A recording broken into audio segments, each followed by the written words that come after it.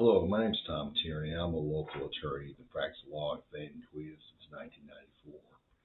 Today I'd like to go over the difference between a contested and an uncontested divorce. In an uncontested divorce, generally what happens is a client will come in and they will tell me basically everything they and their spouse have agreed to in terms of final divorce. You know, who's got custody, how much child support, who's getting what property, what's going to happen with the house, what's going to happen with the debts, those sorts of things.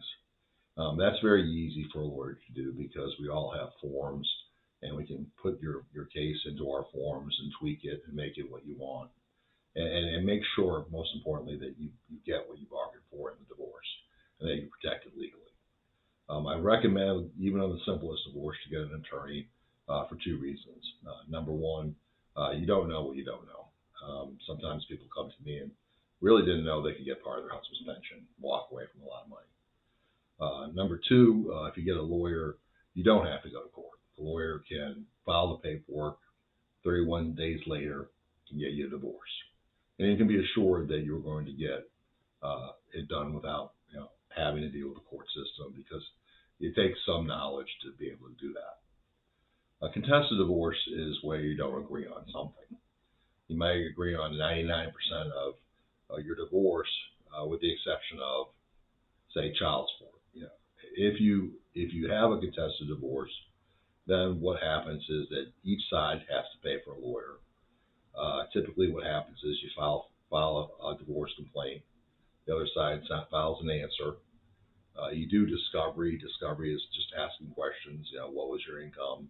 Ask for documents. Please show me your pay stubs, so we can get an accurate deed on what child support to be if necessary.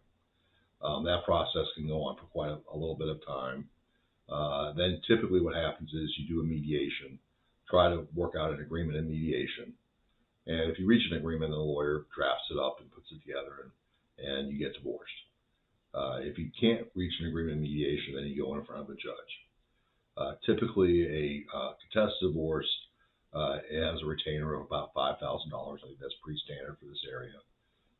Typical hourly fees are about $350 an hour. So you go down that road, it's going to cost you some money.